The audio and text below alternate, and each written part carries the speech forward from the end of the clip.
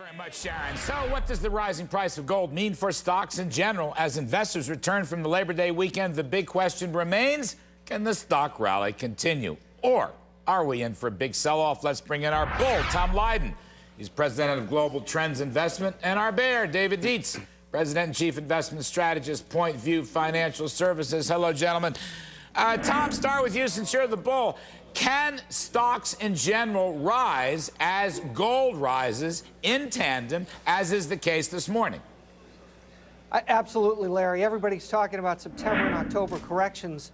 And you know, you've been to this dance before. If everybody talks about it, it usually never happens. The last time we had a 45% correction in the S&P, and then the next year, 2003, the market stormed. From Labor Day to the end of the year in 2003, the market was up 15 to 20%. So I think we're up for a repeat of history here.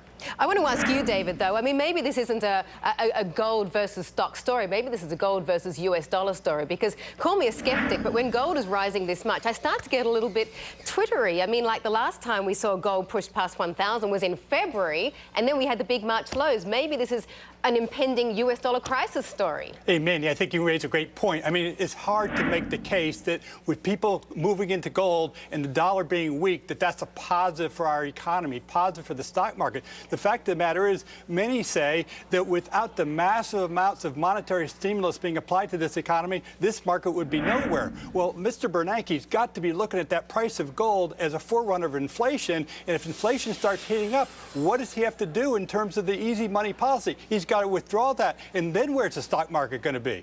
I want to ask you then, Tom. I mean, you're bullish, but if we do see a US dollar crisis, can we also still see stocks rise?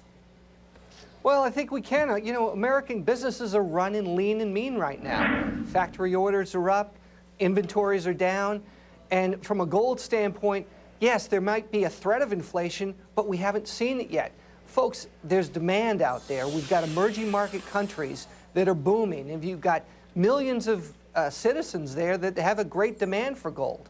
So, yes, it's a hedge against inflation, it's a hedge against the stock market, but there surely is demand. And then finally, for the first time in a long time, the average investor, through ETFs, have the ability to speculate. So there's a bit of a speculation tinge to this that you have to factor in, too. Well, David Dietz, on this gold story and maybe reflation in general, the G20 meets in London, and there's no exit strategy. They were very explicit about that. So gold starts ripping higher right away, starting yesterday in Europe, which where the market was open. Is this a reflation play? How long can that last? Is it a run against all the other currencies? Well, it's certainly a reflation play, but let's cut right to what the problem is going to be. If gold's going up, how much further behind can oil be? And probably after this terrible 25-year unemployment rate of 9.7, the second most important number in the economy is that price at the pump. And once that gas starts going up, people don't have money to pay for their other necessities. The gas is going to put additional pressure on the consumer. The consumer is 70% of the U.S. economy.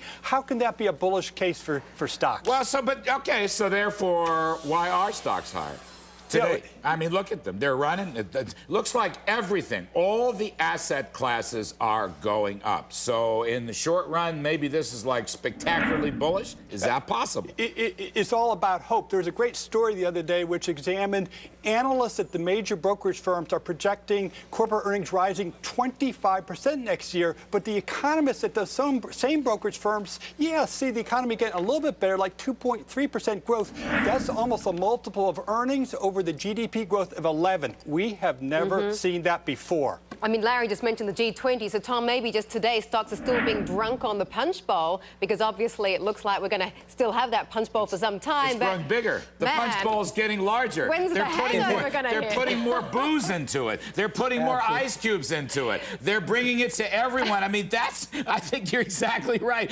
The punch bowl is now engulfing the entire world stock market. Run, what does that mean? The waiters are not taking it away, so when are we going to get the hangover? Larry, you make a great case for gold, but I don't think that does anything for the general stock market. That's my point.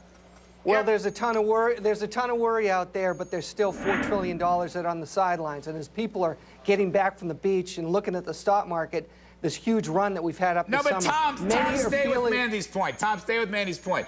There may be a ton of worry. But the reality is there's a ton of punch. Yeah, okay? and the G20 are committed to keeping that punch right. there. They aren't going to have an exit strategy, maybe not in our lifetime. I say that tongue-in-cheek, but only a little bit. So, you know, the monetary experiment is pushing stocks higher. Is that the deal? I don't like that. It's going to come to bite us in the ass at some point in the next couple of years. It always does. It always does. Mandy is right. I don't want to go any further in the descriptive aspects.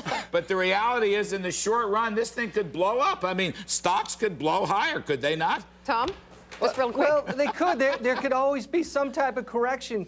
But, folks, what if you miss it? And that's the key. There are a lot of people it's like a melt up. A melt up. Easy money melt up, which we will pay for later. No one wants to miss it. That's the issue. A melt up, not a meltdown. Yeah, interesting. And Warren Buffett is starting to get a little bit antsy. He's starting to invest less in stocks. We've got to wrap it up, guys. We've got to wrap it up. I like Thank you very much, punch, everybody, for joining us. Thanks, folks. Thank you.